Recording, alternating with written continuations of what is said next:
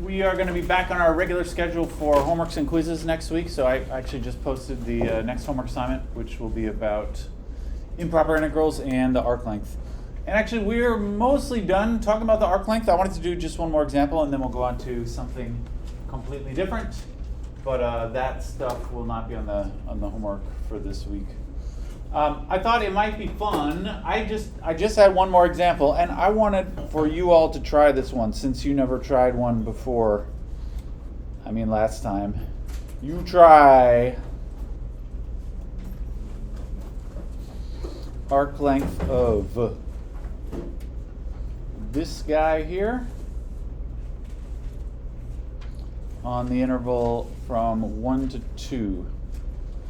Sometimes you'll see it written this way, x between 1 and 2. All right, I will refresh your memory about the arc length formula, but this is something that everybody needs to remember eventually. It is this.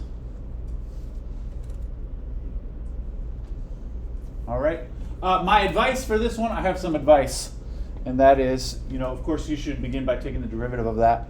I will say my advice is FOIL, combine, and factor. You'll see what I mean once you get there. And don't mess it up. This one's actually, there's a lot of picky details. And if you mess up the details at any point, it totally screws the whole thing. But hopefully, you'll be fine. I know it. I know you. You can do it. Chat with your friends about it. I'm going to walk around and make sure everybody's doing okay.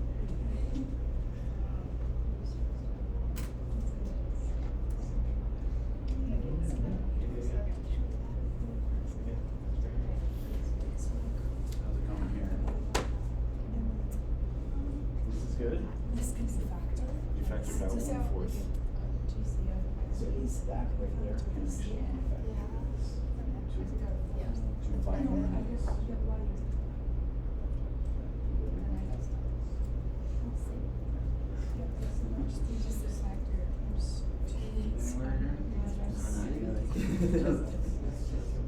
That's pretty much what I have. Yeah. Let's just don't know where to go. I find it a little easier to put that in the middle.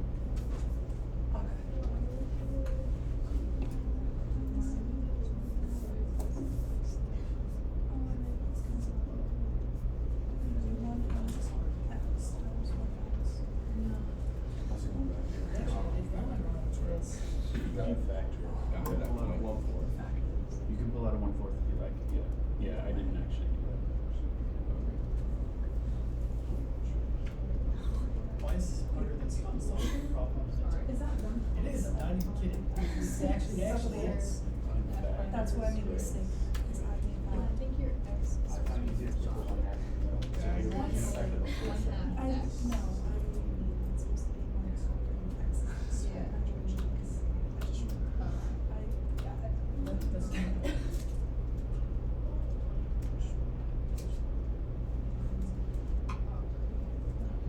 Right? Well, it's not. I suppose it's not quite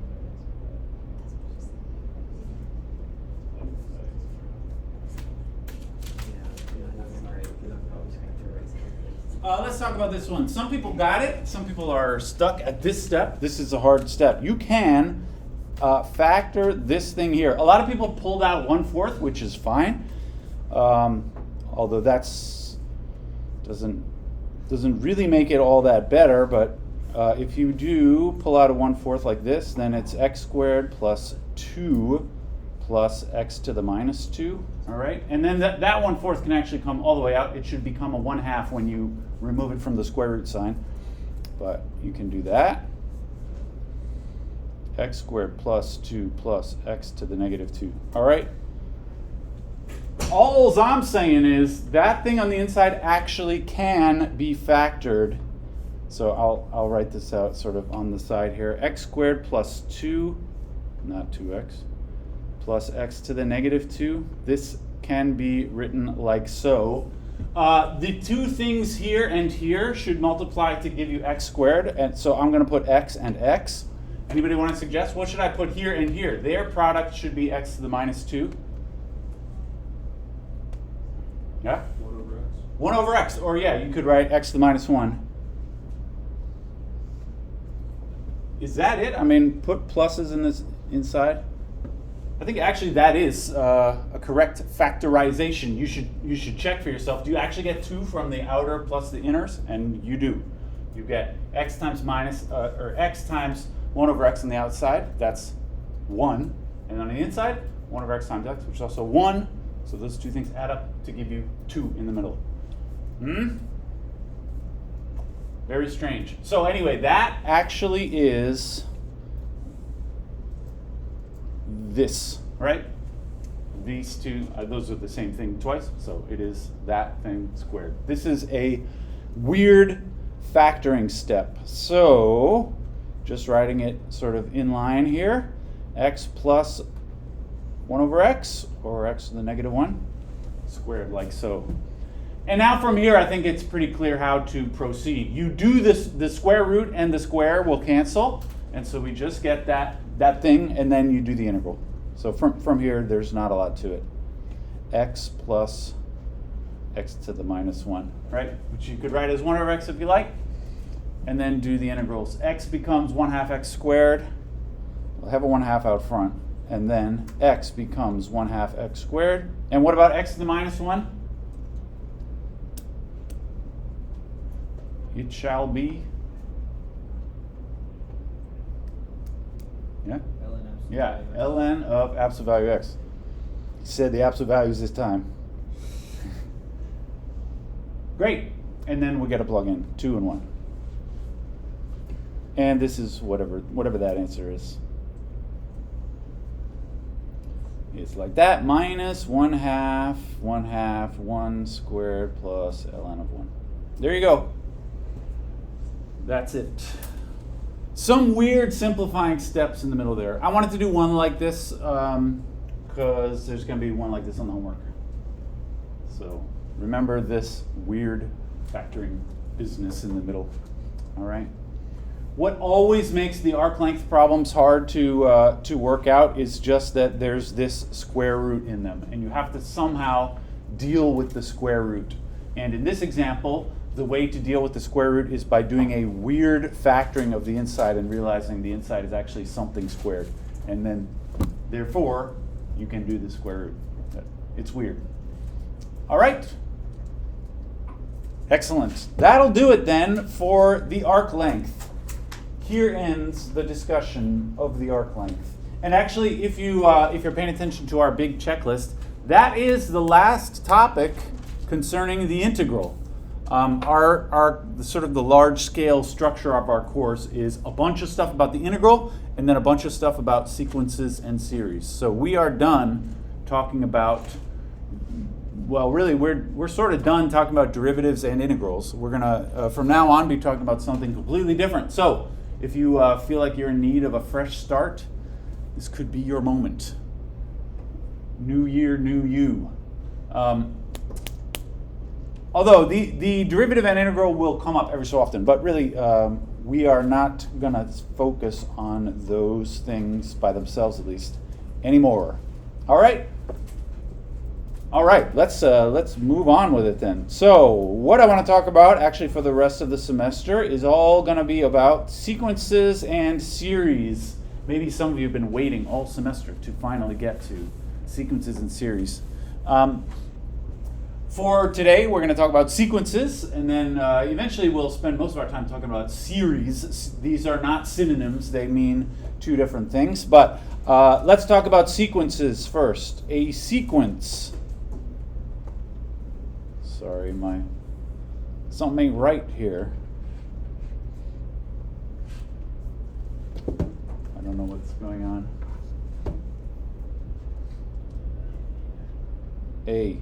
I'm trying to write A. Sometimes my iPad overheats. I'm going to try and take it out of this thing. If that doesn't work, I don't know what to do.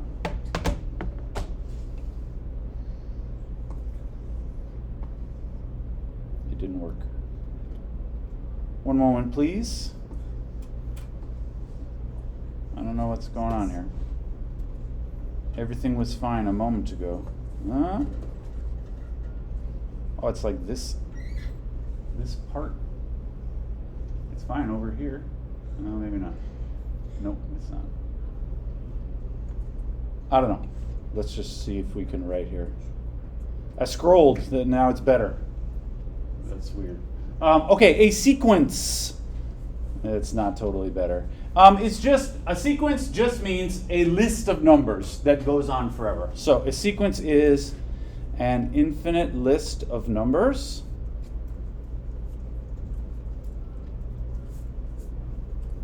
I'm going to quit my app here.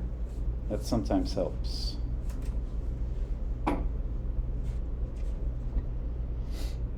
An infinite list of numbers. So, for example, did not help.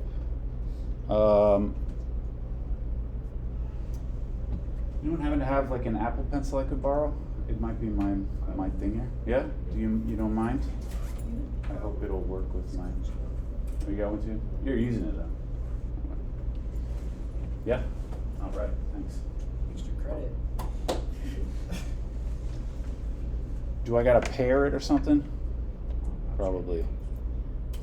Is it a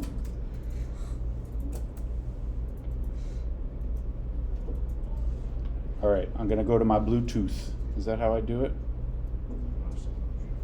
This was the fresh start. Yeah. I don't know how to set up an Apple Pencil that I've never used before. Oh, do I stick it on the side like that? Is that how you? That's how I charge it. Yeah. Sure, how it connects. I could connect to Austin's laptop.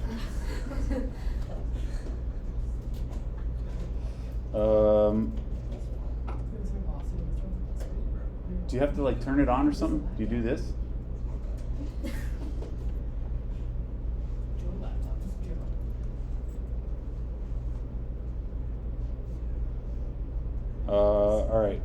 I'm getting nowhere with this.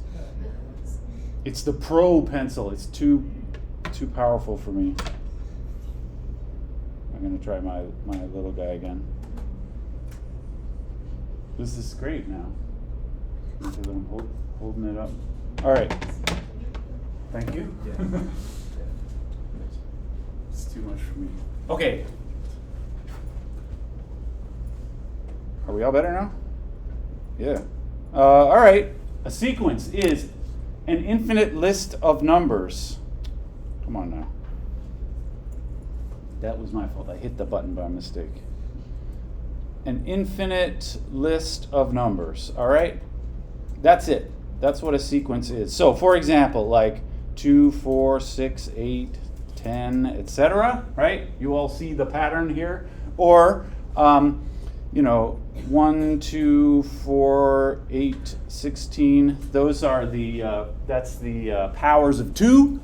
These are both sequences. Or you could have a sort of stupider sequence like 1, 2, 3, 4, 5. That's a sequence. Or even stupider, something like 0, 0, 0, 0, 0. That's a sequence. Or even stupider, like 8, 6, 7, 5, 3, 0, 9. You know that one? And then let's just do it again, etc. This one doesn't have a useful like mathematical formula, but it still counts as a sequence. It's just any infinite list of numbers. That's what a sequence is. All right. For our sake, usually the ones that we're going to talk about are ones which have some kind of a meaningful like mathematical formula here or a pattern. We can write these using a formula. And the way that our book writes these is always like this. Something like AN equals 2 times N. So this is a formula which describes, that means this sequence, 2, 4, 6, 8, etc.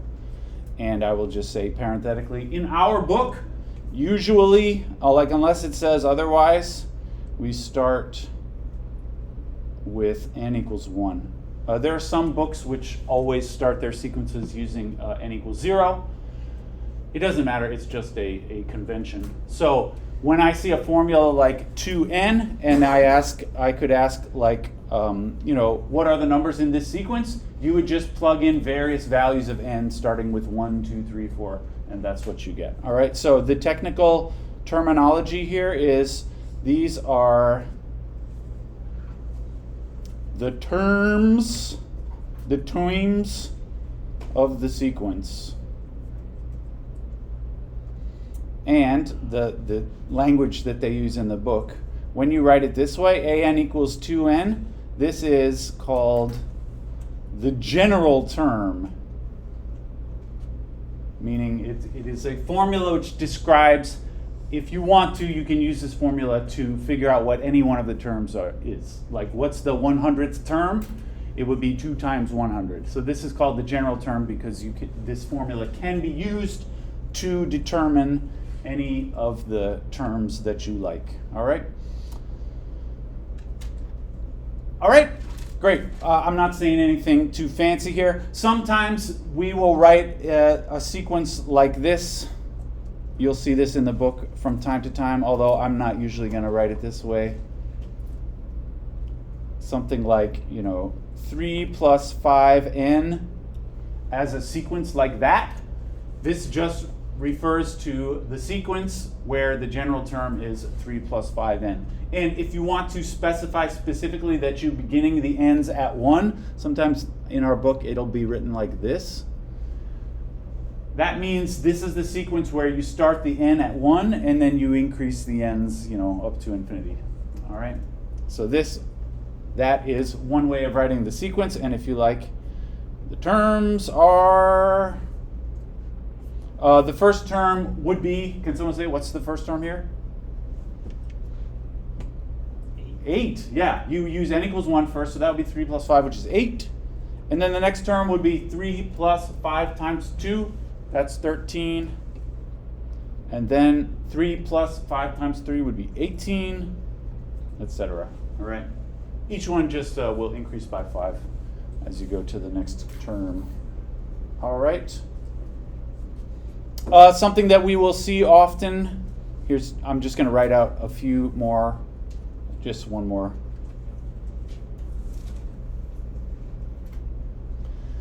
This is actually something that we will see very often in sequences, this -1 to the power n. If you think about what that means, -1 to any even power is +1, and -1 to any odd power is -1. So what that means is it's going to cause the sign to just flip back and forth. Like when n equals 1, this will be a negative. When n equals 2, it'll be a positive. When n equals 3, it goes back to being a negative. So this sequence, the terms would be, the terms of this are -1 and then +2 and then -3 and then +4, etc. All right. And this is a common thing that you're going to see all the time. So this little pattern, -1 to the n, makes the sign alternate.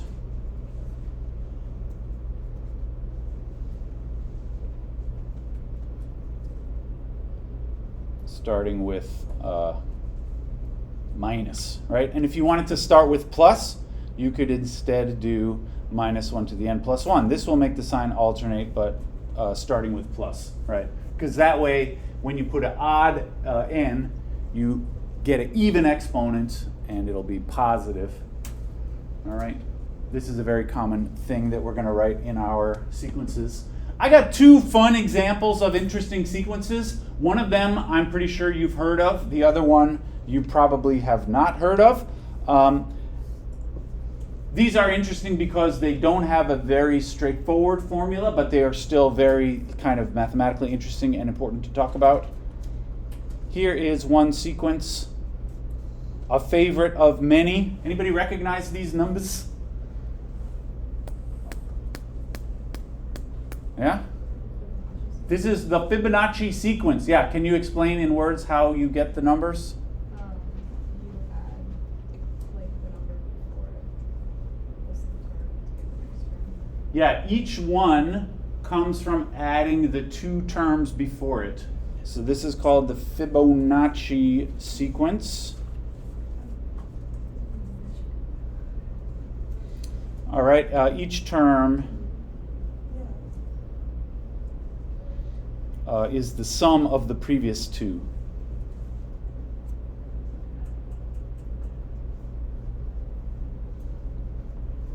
All right, this is called the Fibonacci sequence. Some people love the Fibonacci sequence. I have a friend, and his dad loves the Fibonacci sequence, and he knows that I'm a mathematician. And it's like every time I see his dad, which is not very often, because he's like my friend's dad. You know, I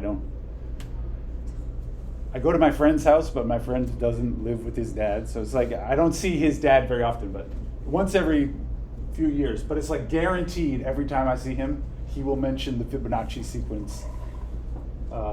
Which is like, you know, it's cool, I guess. But yeah, not the kind of thing that I want to talk about all the time. But anyway, the Fibonacci sequence. Yeah, they say it appears in nature. It appears in nature sometimes. It was first sort of discussed by this guy Fibonacci, but actually he didn't come up with it. The Fibonacci sequence has been discussed in old Indian mathematics of a long time ago. So this, I don't know if you care. This is first actually written down in documents we have by this guy Pingala, who is an Indian mathematician. Like BC, we're talking about. Fibonacci lived in like the 1200s in Italy. And his name was not Fibonacci, it was Leonardo. But we call him Fibonacci now for some reason. Fibonacci actually is well known. I don't know if you care about this history about Fibonacci. He's, of course, best known today as the inventor of the Fibonacci sequence, which he is not the inventor of the Fibonacci sequence. But his actual great contribution was Fibonacci is the guy who was responsible for bringing the Arabic number system to Europe. And this is a huge deal in the history of mathematics in Europe, at least. Like before this time, there was basically no good mathematics in Europe apart from like geometry from Greece and whatever. That was always great. But in terms of numbers, they were stuck using Roman numerals, which if you ever tried to like do real math using Roman numerals is a nightmare. You basically can't do anything. If you want to add 27 plus 32, it's like here's 32 and here's 27. You want to add that up? No, it doesn't work. This was actually not such a hard. How about 39 would be that, right? Is that 39? Anyway, what I'm trying to say is there's no like straightforward way to add Roman numerals in this way. And this is why the Arabic number system is so much better and why we use the Arabic number system and not the Roman numerals. Fibonacci was the son of a trader. Like his dad was a business guy who traded things across the Mediterranean Ocean, or the Mediterranean Sea, with like from Italy to Northern Africa. And Fibonacci was into math, and in his traveling in Northern Africa, saw people using the Arabic number system and was amazed by it because he recognized that this was something way better than what they had in Europe. And he's the one who brought it back to Europe. Way to go, Fibonacci. Anyway, something very interesting to me about the Fibonacci sequence is the formula for this sequence is not very straightforward to write a formula. So if you like, you could write a formula like this. It would say something like an equals an minus 1 plus an minus 2. This means the way to get the next one is by taking the previous one and the other previous one, the previous two terms, and add them together. That's how you get the next term. This is referred to as a recursive formula. That's because in order to get, if I wanted to know, say, like what is the 10th Fibonacci number, actually the only way to do that is to go back down the list and sort of back compute the first 9 of them so that you can add together the next 2. This recursive means that the formula for an actually depends on you already knowing the formula for the previous 2 numbers. And it's not very easy. If I ask you, like, what's the 100th Fibonacci number? You can't just plug in 100 here. You would say A100 equals A99 plus A98. But then you have to say, okay, then what's A99? Well, that's A98 plus A97. Like, there's a lot of work to be done to actually use this formula. Something interesting that I would like to share is that actually someone has discovered another formula for the Fibonacci numbers, which is not recursive. Has anybody seen this before? This is not the kind of thing that I would expect anybody to remember. I wrote it down, and you'll see immediately why. There is a non-recursive formula. That means there is actually a formula for the Fibonacci numbers that you could just straight up, like if I ask you what's the 100th Fibonacci number, you can actually just plug in n equals 100 and crank it out, and you'll get the answer without computing any of the other Fibonacci numbers. It's kind of remarkable that this is possible at all. There is a non-recursive formula. What's especially remarkable about this is you will see. I would like for us to just think for a moment. What do you think this formula might look like in terms of what sorts of things do you expect to see in this formula? If I plug in, say, A100, the answer is going to be some whole number, probably fairly big, although not super big. I don't know. Anyway, the answer is always a whole number. Check it out. This is the formula, which, like I said, I do not have memorized. You should be amazed immediately. This formula involves the square root of 5. What's interesting about that is because I just said the formula is guaranteed to always give you a whole number as the answer, but it turns out it uses the square root of 5 in it, which is weird. Here's the rest of it. 1 plus root 5 over 2 to the power n minus 1 minus root 5 over 2 to the power n. There you go. This is the formula for the Fibonacci sequence. And you can, if you have a calculator or something, you can try this out. Plug in n equals 100. By some magic, you will actually get a whole number here. and it will be the 100th Fibonacci number. Very strange, in my opinion. There's something kind of beautiful about this, the fact that it's true, just because this is one, what like mathematicians recognize as mathematical beauty is like something that seems sort of too weird to be true, but is actually true. This is an example of something that is very strange that this works, but it really does. Any thoughts about that? This formula was not known to Fibonacci. It was discovered like in the 1800s, I think, certainly much later than Fibonacci. Strange but true. This number, 1 plus root 5 over 2, anybody recognize that? This is this is the golden ratio, which you may have heard of. It's that. So, strange but true. All right, this is my little fun tale about the Fibonacci sequence. If you ever meet Tony's dad, talk to him about this. All right, I said I had two sort of examples of interesting and cute sequences. One more interesting, cute sequence. This one, I'm not going to tell you the name of it. I will just write it down and see if anybody recognizes this.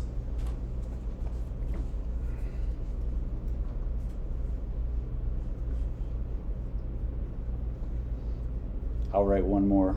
3, 1, 2, 2, 1, 1, etc. Anybody seen this before? Anybody see the pattern? This is, I think, similarly interesting to the Fibonacci sequence, but most people have not heard of this one before. This one is easiest to understand if you kind of say them. So the first is 1, and the second one is 1, 1. It's better not to think of that as the number 11, although it is the number 11, but it's a little better to think of this as 1, 1. And then this is 2, 1, 1, 2, 1, 1. Anybody see the pattern? Oh, it's just 1, 2, 1, 1, 2, 1, 1, 2, 1, 3, 1, 1, 2, 1. You said a lot of stuff, but I'm not sure what you mean. So what's the pattern? 1, 1, 2, 1, 2, 1 again. 1, 1, 1, 2, 1, 1, 2, 1, 1. You're saying the numbers. 1, 1. Can you tell me what comes next? And I'll tell you if you're on the right track or not. First number is definitely a 4.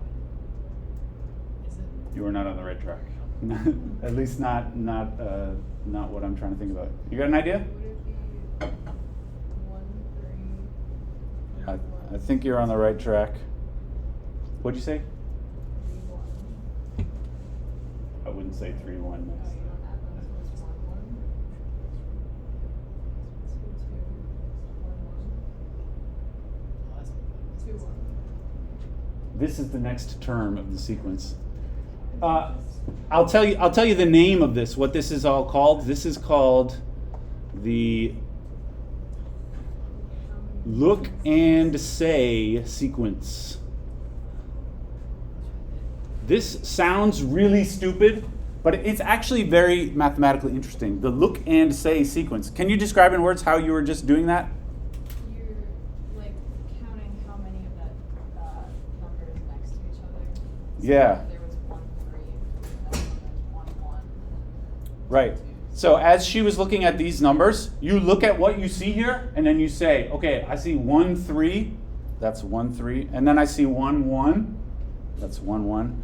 Then I see 2 2s, that's why I wrote 2, 2. Then I see 2 1s, which is why I wrote 2, 1. Is this making any sense? So I was reading sort of this, like this. And what I see underlined here, this is 1, 3, 1, 1, 2 2s, 2 1s. And that's what is written here. 1, 3, 1, 1, 2, 2, 2, 1.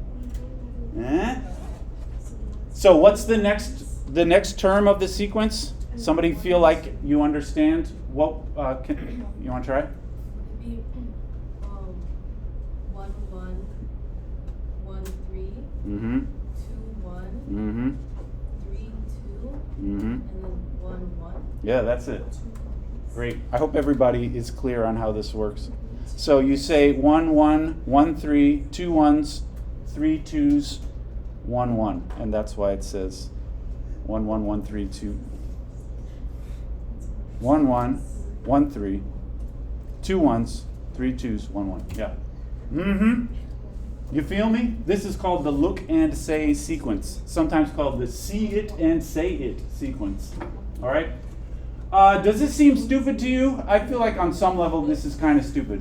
But I will tell you, there's actually a lot of mathematical work has been done trying to analyze this sequence. And I will just tell you some interesting facts. First of all, there is no known formula that looks something like that for this sequence, although something to work on if you like. This was studied by, first taken seriously by a mathematician named John Conway, who was one of the greats of the 20th century mathematics, actually died of COVID.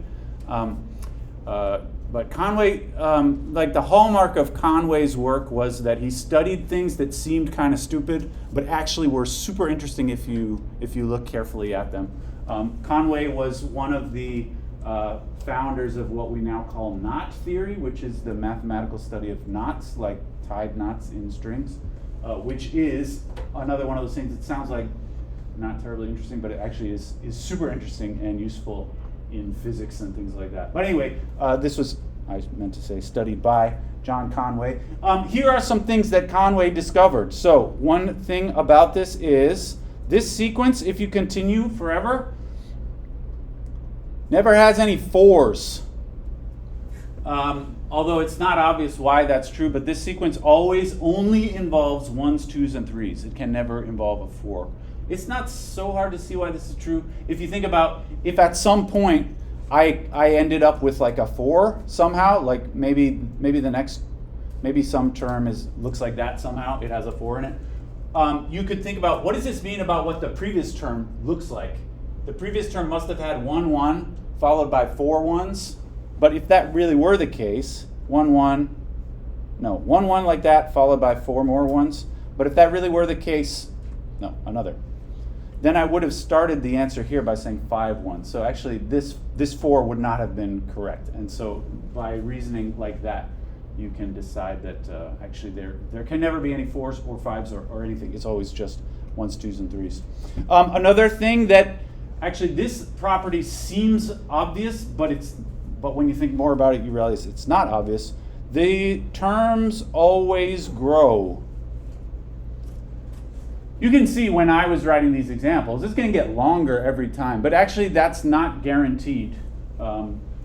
Because, for example, I can imagine a situation, for instance, if at any point my term just said 2 2, 2 2 2. If for some reason I had this term 2 2 2, what would the next one be? It would be 3 2, which is smaller than that. All right. So in theory, it is possible for them to get smaller, but Conway proved that if you start from 1 and do this, actually it never does get smaller, even though in theory that might be possible, but in fact it cannot happen. It always grows. Very strange. All right, and I got one last property. This is the weirdest one. Conway, when you think about a sequence which always grows, it is natural to ask, how fast does it grow? Does it grow something like as fast as x squared, or does it grow as fast as e to the x? In fact, Conway demonstrated that this does not grow as fast as e to the x. In fact, if you divide each term divided by the previous one, so Conway considered an plus 1 divided by an. This is meant to measure how much bigger is the next one compared to the previous one. This quotient is different every time. If you just try this in your calculator, divide each one divided by the previous one, it's different every time. But those values, as n increases, this actually has a limit, which he called lambda, and you can calculate the digits of lambda. It's something like that. So actually, this sequence does not grow all that fast. Like the next number, you should expect to be about 1.3 times the previous number. So that's, not much bigger each time from one number to the next.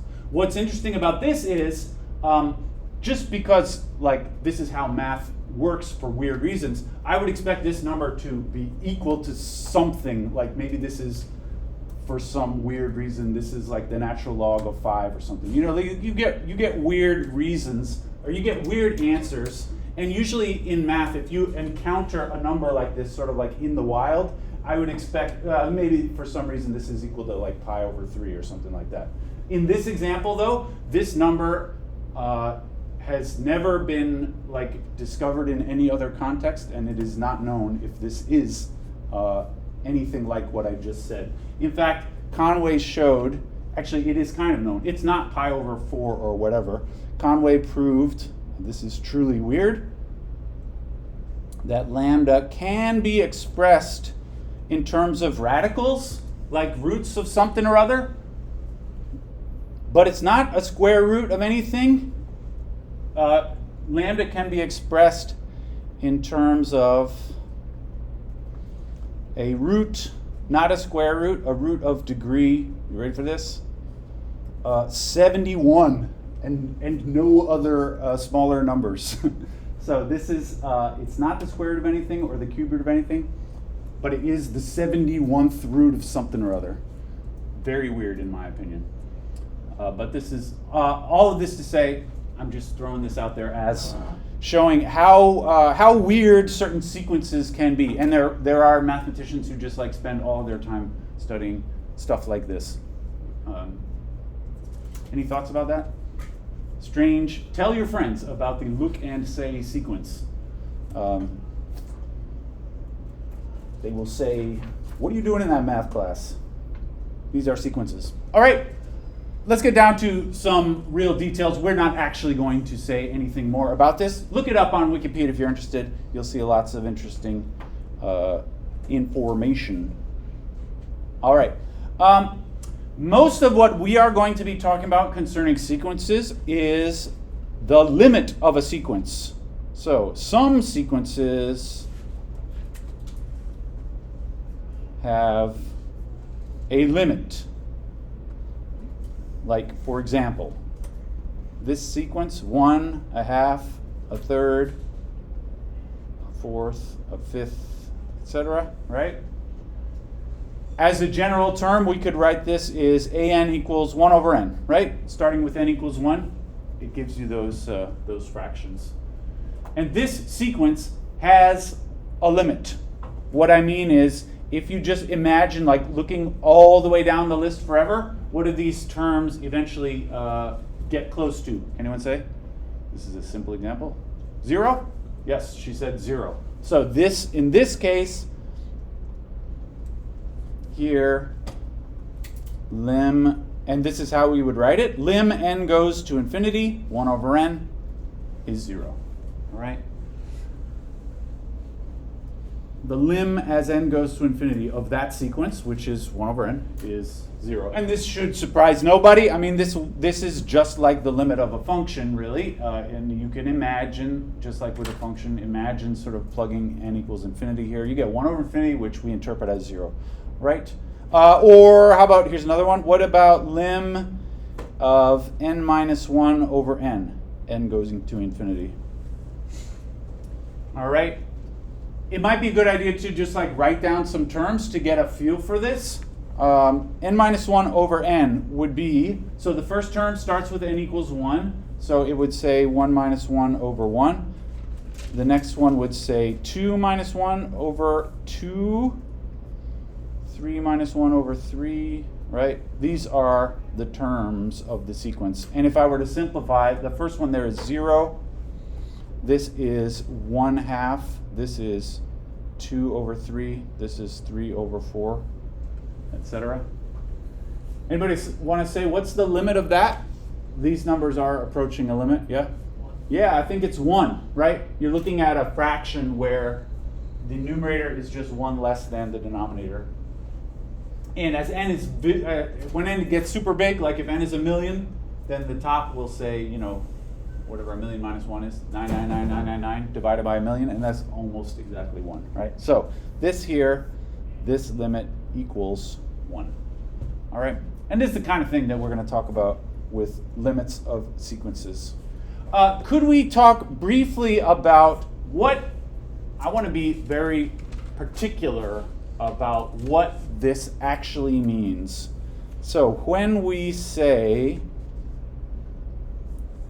lim n goes to infinity, an equals L, all right? I would like to talk briefly about what does this actually mean? This means, could anybody say in words what this means? Yeah, you got an idea? It's a convergent sequence, and the sequence converges on L as the limit of n approaches infinity. Yes, the sequence converges to L, he said. This is good terminology. Can you say, like, if you were trying to explain to someone who doesn't already know what that means, like what does it mean when you say the sequence converges to L? It just keeps on going until it approaches L. It approaches L. Yeah, so one way that I could say this is something like, as the n gets bigger and bigger, the ANs approach L, right? I mean, this is how, I hope this is how you had limits explained to you as a kid. I'm going to put this in quotes. Something like, as n gets bigger and bigger, the values an get closer and closer to L, right? Something like that is what this means. I would like to explain this a little bit deeper. So in my experience, like when I was in high school or whatever, whenever somebody explained to me what the word limit means in math, this is how it was explained to me. Although I would like to consider, let's try and think carefully about this here. So I actually put this in quotes here. This I would describe as a non-rigorous, sort of non-technical description of what a limit is. What's non-rigorous or non-technical about it? I would say the parts that I don't like, actually I don't like a lot of it, but this specifically gets bigger and bigger and get closer and closer. These are not technical terms, and I'm totally fine talking about stupid things, so I don't mind using non-technical terms from time to time, but I would like to consider, what do we really mean by gets bigger and bigger? Like if somebody used those words to me in real life, like if my kid broke their leg and my wife called me and said, our kid's leg is swelling and it's just getting bigger and bigger. What would occur to me is like, how big? And she would say something like, I don't know, like 1 foot or something. Like she would say something specific, right? Or in some kind of fantasy land, she might say it's growing to infinity or something. When we say bigger and bigger, it is natural to ask a follow-up question. How big? What do you mean bigger and bigger? How big? And the answer that we are trying to express here is like, actually it's not, there is no how big. It's like getting bigger forever, up to infinity. All right, and then this is even harder to address. Closer and closer. The values get closer. This is very strange to speak of numbers in this way. Like you would say an is a number. Like up here, I said this limit is 1. All right. What exactly is getting closer and closer to 1? I would say it's these numbers here. Although we're not talking about a number, we're really talking about this bunch of numbers. There's something like very weird about this And this way of talking about numbers is actually not really an appropriate way of speaking. It is fine to think about limits in this way because it makes sense to everybody, I think. But actually the true definition of a limit, if you look up the definition of what a limit is, it doesn't say this at all. So I want to talk for at least a few minutes about the true definition of a limit. This, I would say, is similar to people who say things like, when a mommy and a daddy love each other very much, this is where a baby comes from. And when you say that, actually, what you're trying to do is like give a certain impression to the audience, but you're not actually explaining what you're talking about. All right, and this is similar. I want to actually explain it. I think you're old enough now that we can talk about what actually a limit is really means. So I would like to talk about the true definition. The true definition doesn't use words like, it doesn't say closer or bigger or anything like that, all right? And the true definition, in my opinion, is a real great achievement of human mathematics and human thought, because it's not obvious how you should say this in a way that doesn't use these words closer and bigger. But I'm going to try. So to say it a little bit better, I'm going to say, so here is, this is not the true definition yet, but a bit better. Something like, as n grows larger than anything. So this is a bit of a better way of saying n gets bigger and bigger. That's how I wrote it before.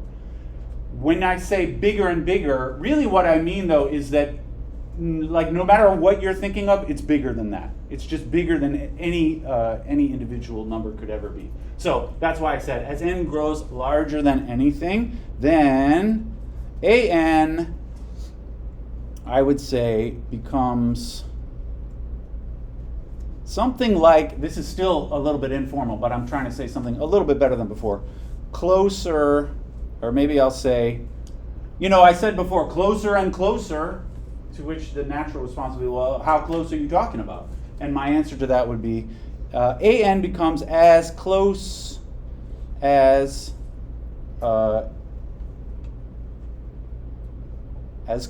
you like, or something like that, to the limit L, all right?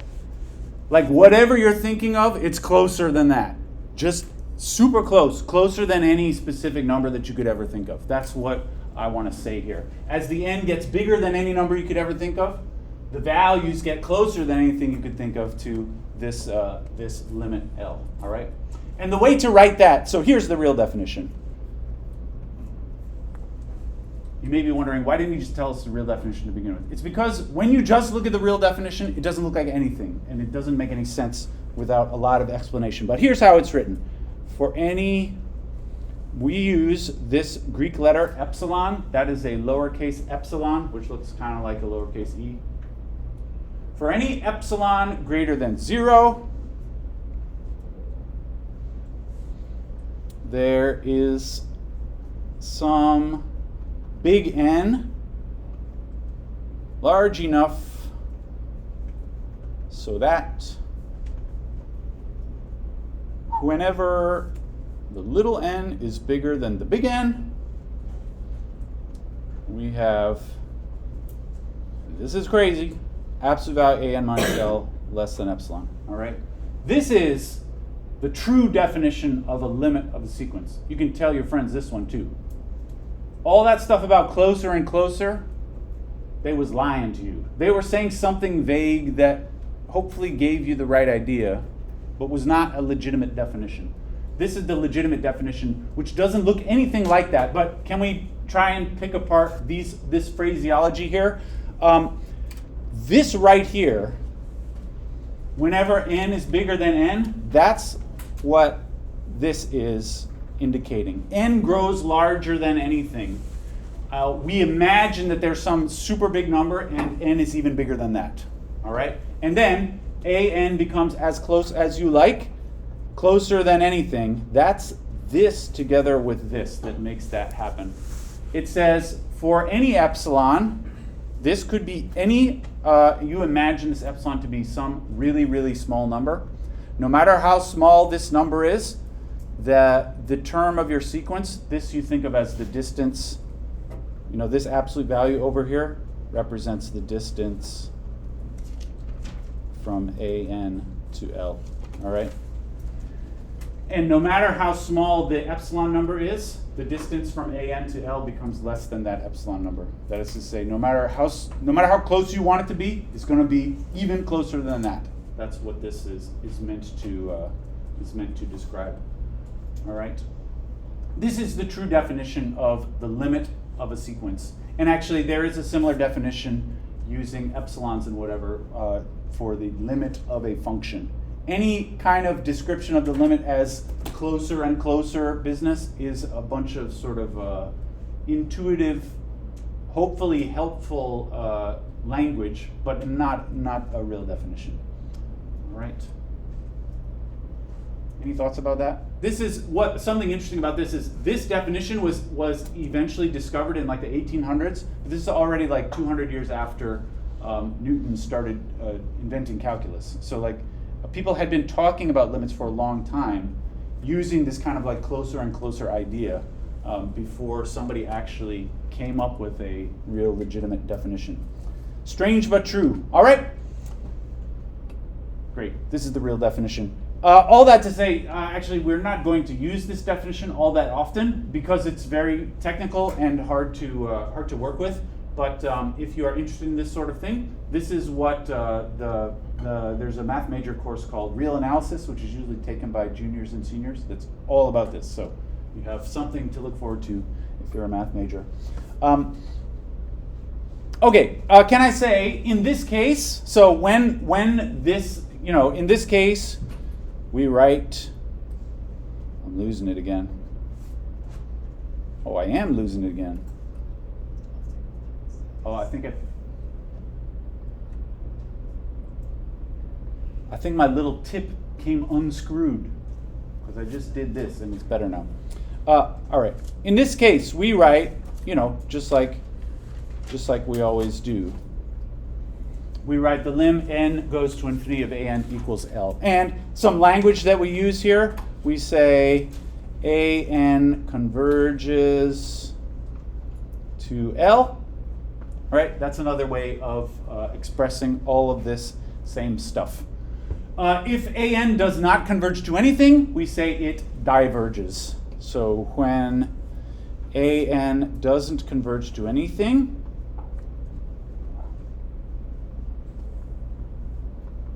I mean, if you like, you can say the limit does not exist. That's fine. But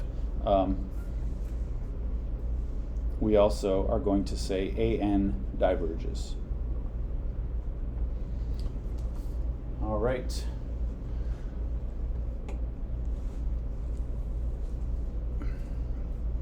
All of this should strike you as being similar, at least to the idea of the limit of a function. Now, for a sequence, we basically only talk about the limit as n goes to infinity, because a sequence is just a bunch of individual numbers. They don't approach, the only sense in which they could approach anything is as n goes to infinity. There isn't any other way that you could take the limit of a sequence. But this is similar to the limit of a function, of a real valued function, like a continuous function, right? And you'll actually get the same answer if your sequence terms look the same as a function. So, for example, they are the same, they are the same if our sequence has the formula of a continuous function.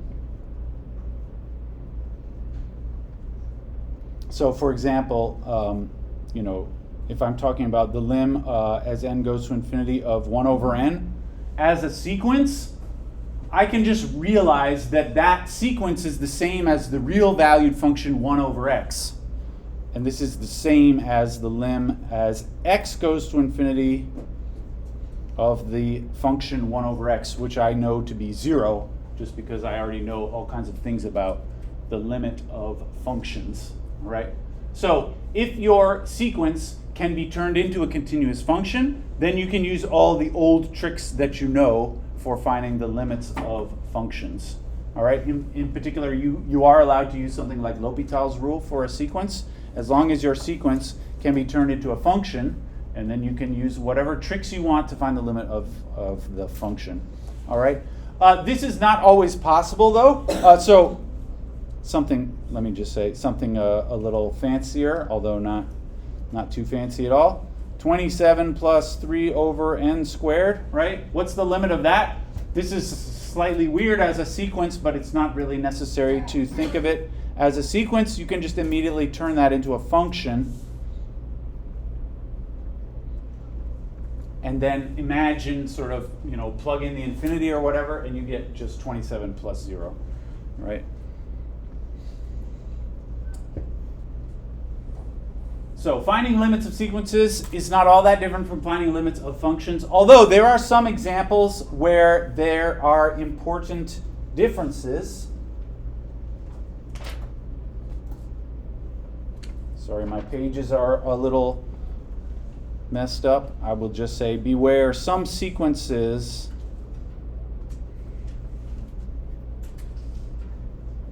can't turn into continuous functions.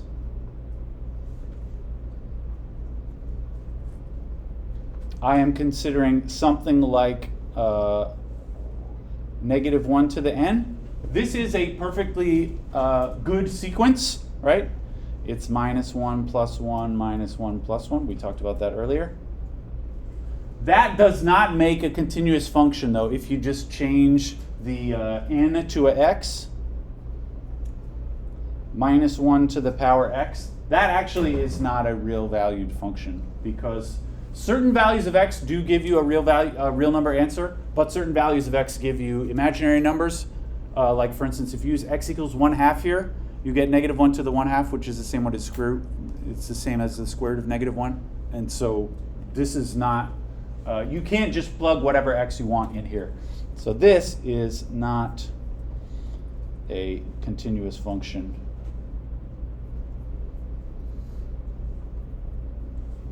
You wouldn't even consider negative 1 to the x. Like it looks like it's just an ordinary exponential function with x in the exponent, but those things are only defined if the base is a positive number, and that's a negative number, all right?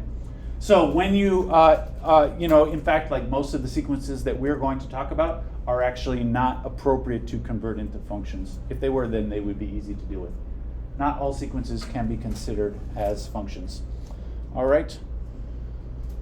I think I have one last thing to say, and then we'll be done for today. Sorry, I've just been like talking a lot without a lot of examples. It's because we're starting a new thing here.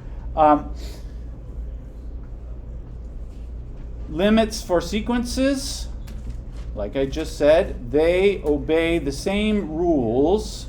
They have the same rules as limits of functions. And I'm just going to write down a big list of rules for limits. These are rules that we use all the time, not even really thinking about them. And lucky for us, we can just keep on using them for limits of sequences. I am referring to, for example, lim of a n goes to infinity, a n plus b n. That is if you have two things added together and I want the limit of the sum. This is the same as if I consider the limit of the first thing and then I add the limit of the second thing.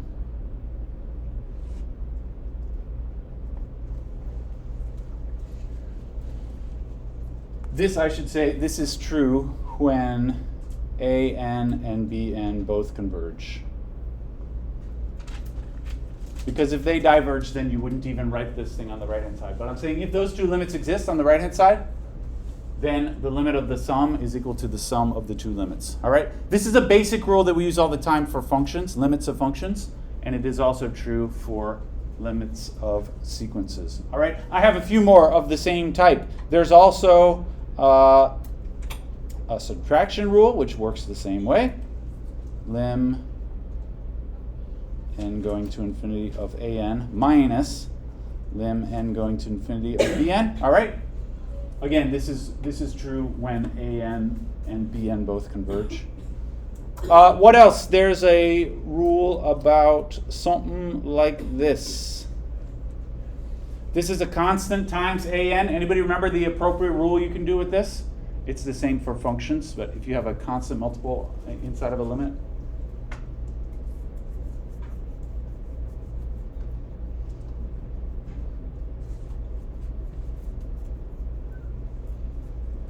Yeah?